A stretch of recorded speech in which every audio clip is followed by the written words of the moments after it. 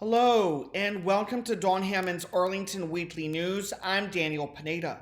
We have a great program this week. We have our news stories, community bulletin board, 55 plus news, and a special guest, Kit Norland, who is the founding member of the Arlington Tree Action Group. But first, a social media reminder. You can watch the Arlington Weekly News on our YouTube channel. That's youtube.com/Arlington Weekly News and the number 1. Also on Facebook and WERE 96.7 FM. And now on to our first news story for this week.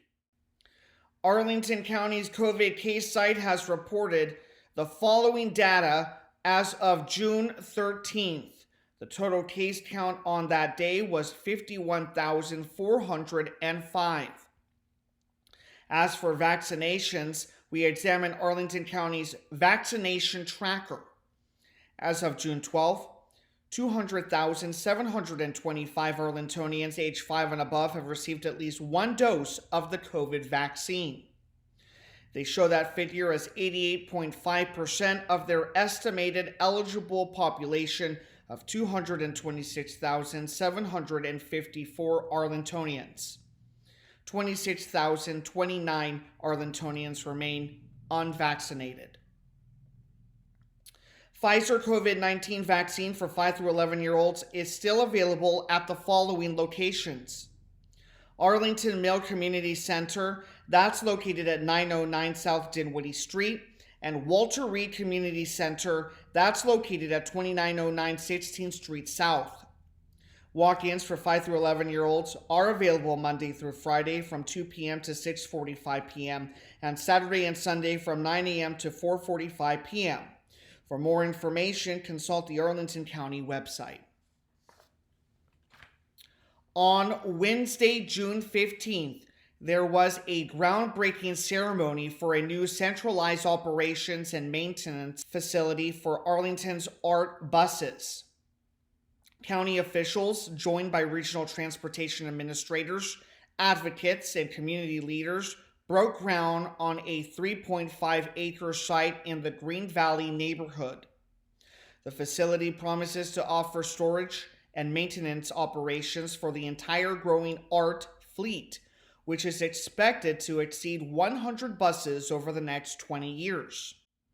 The site will also include an administration building, a dedicated shop for preventative maintenance, and a 3-story employee parking garage. The 3-parcel Shirlington Road site is intended to reduce bus mileage outside of normal revenue service. Construction is expected to be finished in 2025.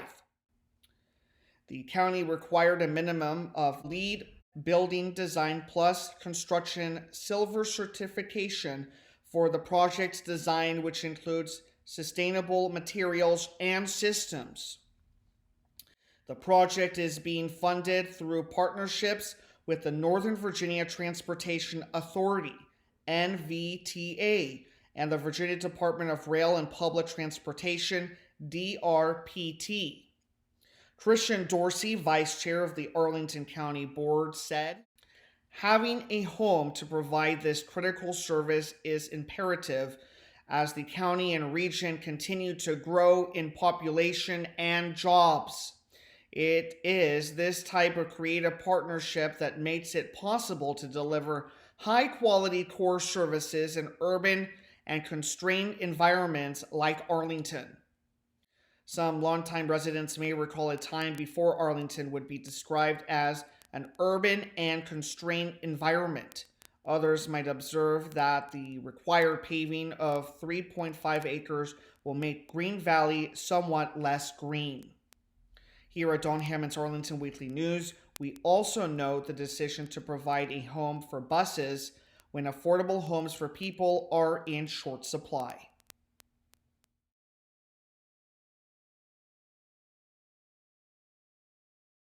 Greetings, everyone, and welcome to this edition of the Arlington Weekly News. Here in the studio, back in the studio again, after almost a 3-year hiatus.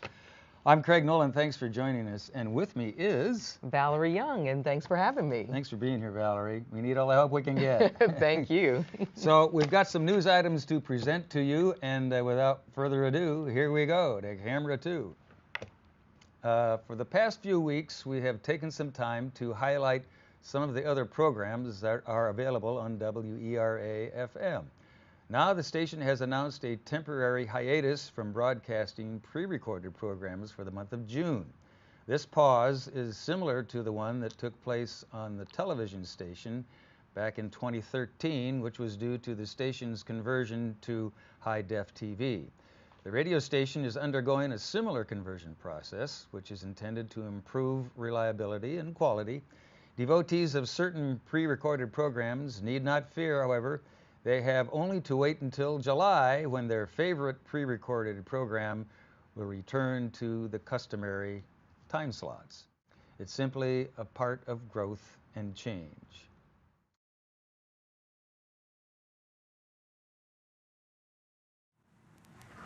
Arlington Weekly News wants to focus some attention on the controversy of tree canopy. Today we have Kit Norland. She is a founding member of the Arlington Tree Action Group, which has been advocating for trees since 2016. She is an ATAG delegate to the Civic Federation. Kit trained as a tree steward and serves on the county's Forestry and Natural Resources Commission.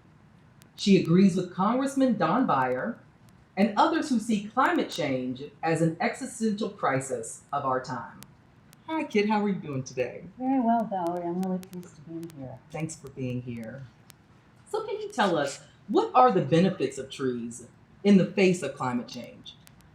Well, it's not a flip thing to call the climate crisis the existential threat of our time. And what's interesting to learn is that tree canopy can actually be a very strong natural ally in combating that threat.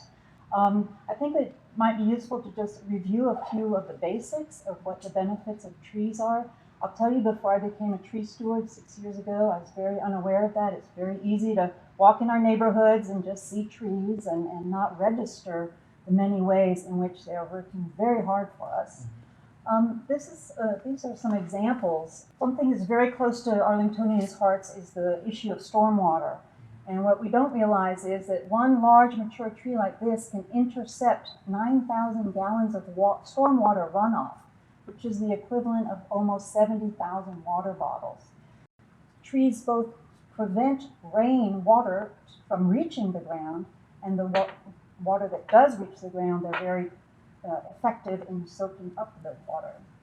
They also, a tree like this will provide a day's supply of oxygen for up to 4 people. Properly placed, trees can reduce air conditioning needs by 30%. Again, linking to the heat of the climate crisis, reducing energy use, tapping this natural ally in doing so is vital. We also, as many realtors are aware, but not enough citizens, trees can increase the property values of homes in a neighborhood almost 30%. There are other advantages that people don't really register. For example, in Baltimore, a 10% increase in tree canopy corresponded to a 12% decrease in crime. Closer to home, we know that people who live in areas with at least a 30% tree canopy have a 31% less psychological distress and better overall health. And I think during COVID, as people have had a little bit more time to go out in green space and enjoy nature, they realize the vital role that being in nature, not a tarmac, not a cement city, it provides. And then last, but certainly not least, again in the context of climate change, one large tree can absorb 48 pounds of carbon dioxide each year. Tree canopy can serve as what they call a carbon sink, draw down the carbon, sequester it.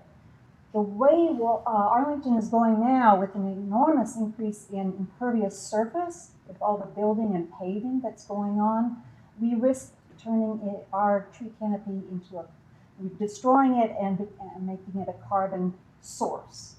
And we need to really be very attentive to that. As you know, as recently as this spring, the United Nations Intergovernmental Panel on Climate Change has been issuing some very serious reports about the impacts. The World Meteorological Organization is predicting, well, a little bit of what we have today here in Arlington, these triple-digit hot days, and it's only going to increase. In India, it is so hot that birds are literally dropping out of the sky.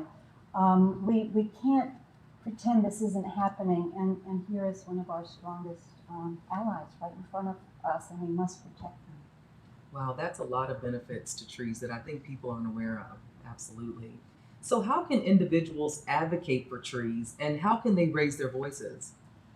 Yes, well, this is what brought a handful of residents together back in 2016. We started to see on every street corner the denuding of trees and these massive buildings going up. And so we got together and we realized that there are a lot of steps that individuals can take. And some of these are on our website, the arlingtontreeactiongroup.org.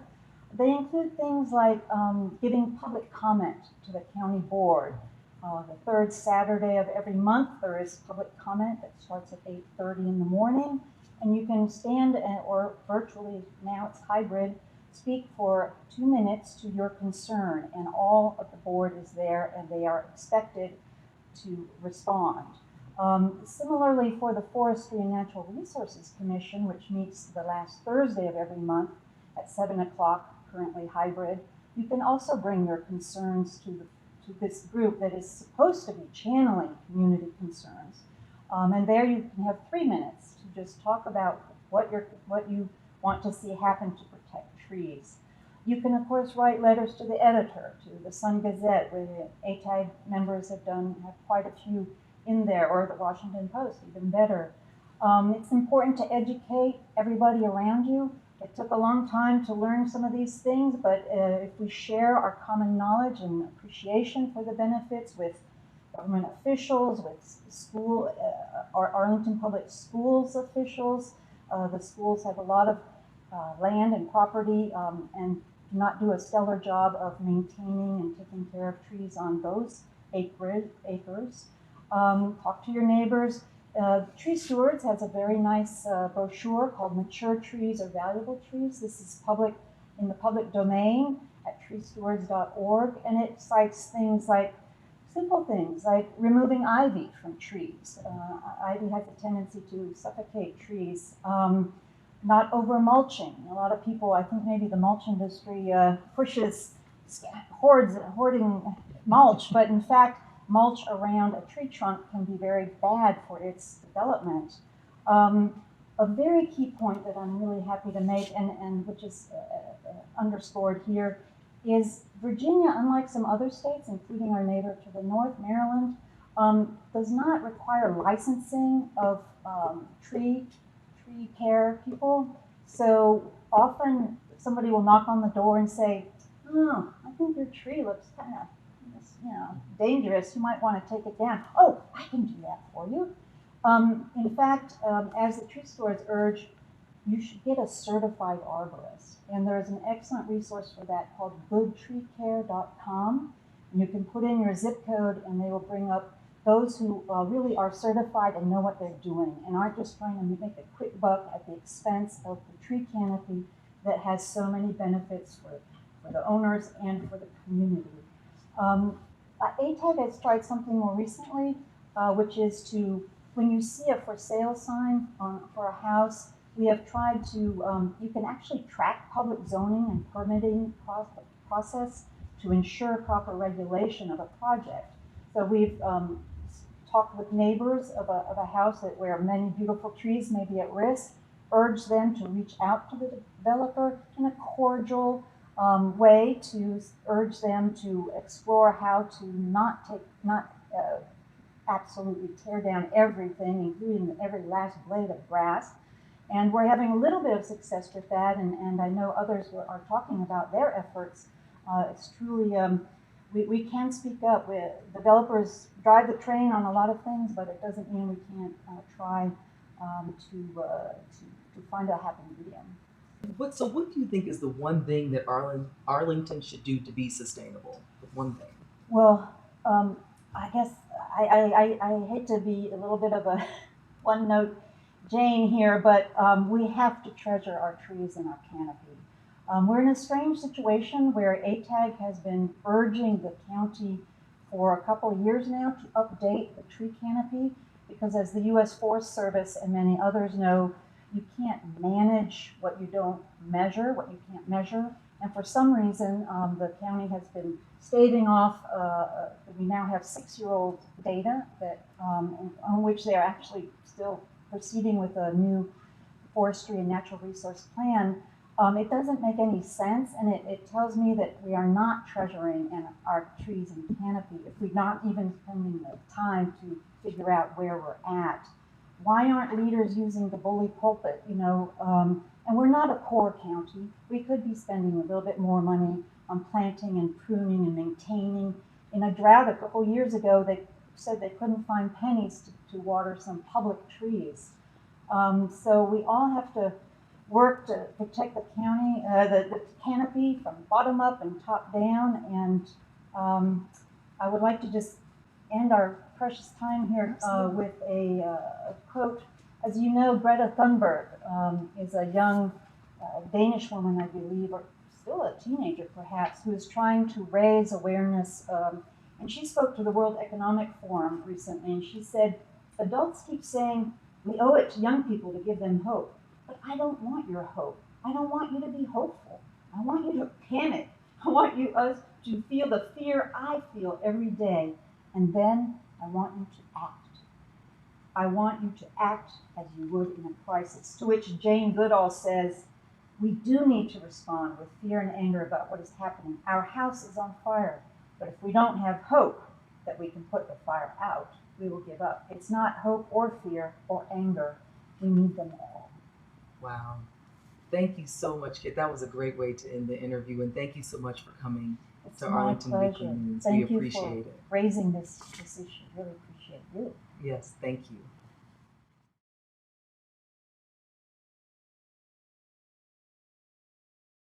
Okay, here we go with the first of our CBB items.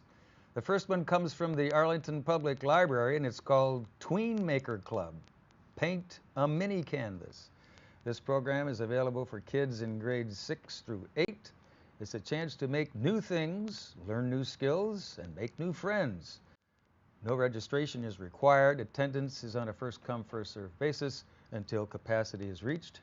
For the current policies on masking, please see the library operations update or give them a call at 703-228-6330 for more information. This event is coming up on Wednesday, June 29 from 3:30 to 4 in the afternoon at Cherrydale Branch Library. They're located at 2190 North Military Road. Valerie. Thanks, Craig. Every year, Arlingtonians try to find convenient locations from which to watch the fireworks on the National Mall. However, one popular spot to watch on the 4th of July fireworks in Arlington, Virginia will be closed this year. The Air Force Memorial, which is located near the Pentagon and Arlington National Cemetery, will be closed to the public on July 4th because of an ongoing construction project at Arlington National Cemetery, the Air Force said in a release. The reason for the one-day closure is actually because so many people go there to watch fireworks. The memorial is set to reopen on July 5th. Would-be viewers might consider Long Bridge Park as an alternative. The address is 475 Long Bridge Drive. There is a large parking lot at the park, but there may be a fee for parking. Long Bridge is further south than the cemetery and requires a walk from the Crystal City Metro of about 3/4 of a mile. Anyone choosing this option would do well to learn Metro's schedule for that day. Staying home and watching the televised version is another possible, more comfortable option. Craig? All right, Valerie, also in our CBB items, this next event is called RIP, or Remove Invasive Plants, and it's happening at Potomac Overlook Park. Do you like working outside? You can join community volunteers in protecting the local environment from non-invasive plants and replacing them with native plants. This is a continuing project on the first Saturday of each month to reclaim Potomac Overlook Regional Park from invasive plants. If you have your own gardening equipment and tools, gloves and the like, please bring them along. They'll be helpful. If not, some will be provided for you. Training and additional tools will also be provided. Be sure to come dressed for work. Wear long pants, long sleeve shirt, and maybe a hat. You may also want to bring along your own water bottle, but if not, water bottles and snacks will be provided. These events are for volunteers ages 9 to adult. It's a family-friendly event. If you're under 18 years of age, a parent or a guardian will need to sign your volunteer sign-in sheet before you can take part. All other volunteers will need to sign the volunteer sign-in sheet on their own behalf. This event is coming up on July 2nd from 9:30 in the morning till 12 noon, and it's at Potomac Overlook Park. They're located at 2845 North Marcy Road. Valerie. Thanks, Craig. There are other opportunities to join community volunteers in protecting the local environment from non-native invasive plants and replacing them with native plants. One of them is on Saturday, July 2nd from 9 to 11 a.m. at James W. Haley Park, 2400 South Meade Street. And another option is on Sunday, July 3rd from 1 to 3 p.m. at Brandymore Castle. Meet at the basketball court at 1730 North Roosevelt Street. And I think that's about it, Craig. That's about it for our CBB items, and our formerly News for Seniors, now our 55 plus news segment is coming up. Stick around for that.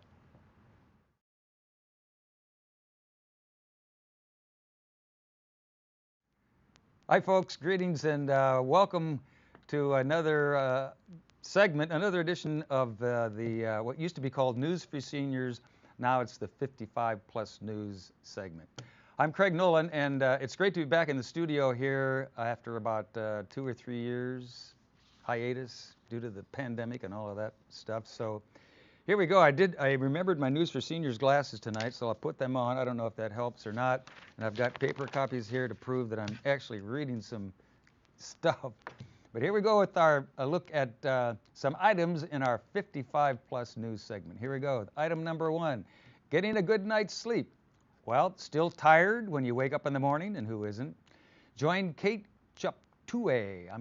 Kate Chuptue.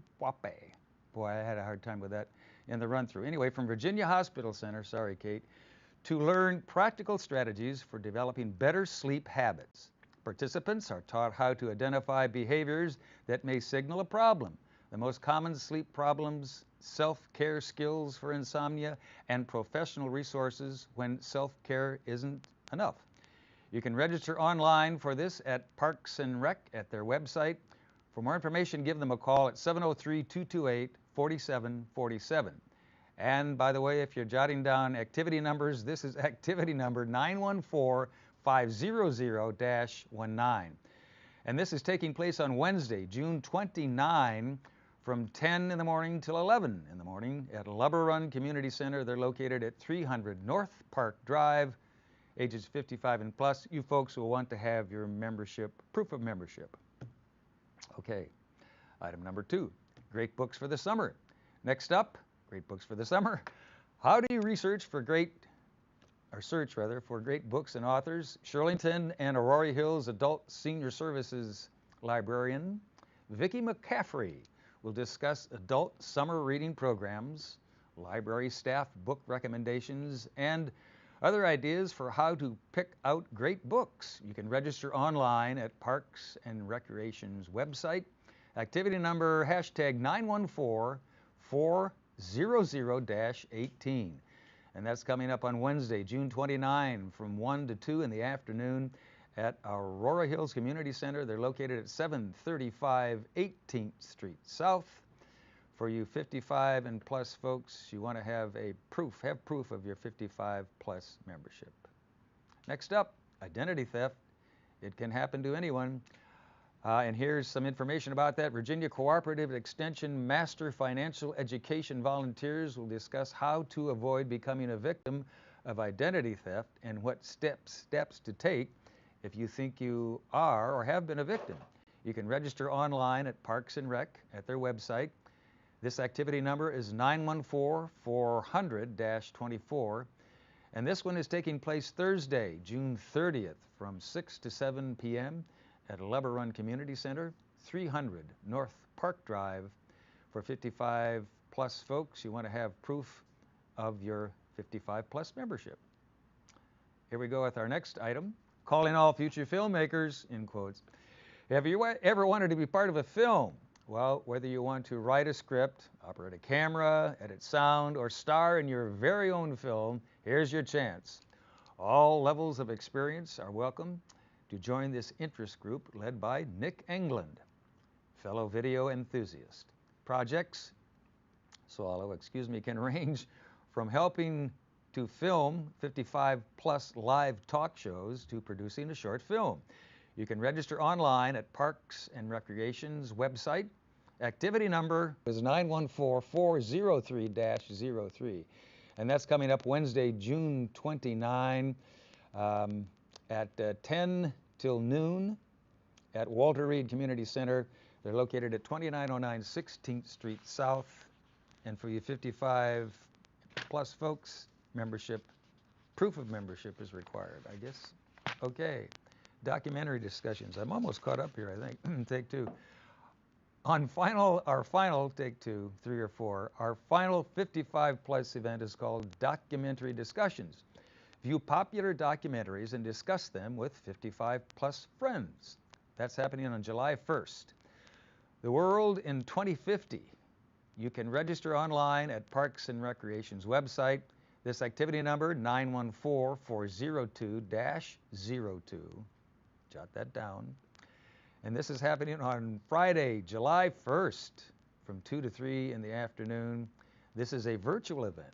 And again, for 55 plus age members, you want to have proof of your 55 plus membership. That is required.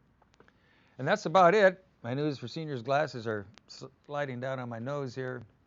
So that's about it. 55 plus news segment complete, and that's about a wrap for this edition of the Arlington Weekly News, our first time back in the studio here in almost 3 years. Thank you for joining us. Thank you, Valerie, for being here and helping us out. You're welcome back anytime. We always need the help.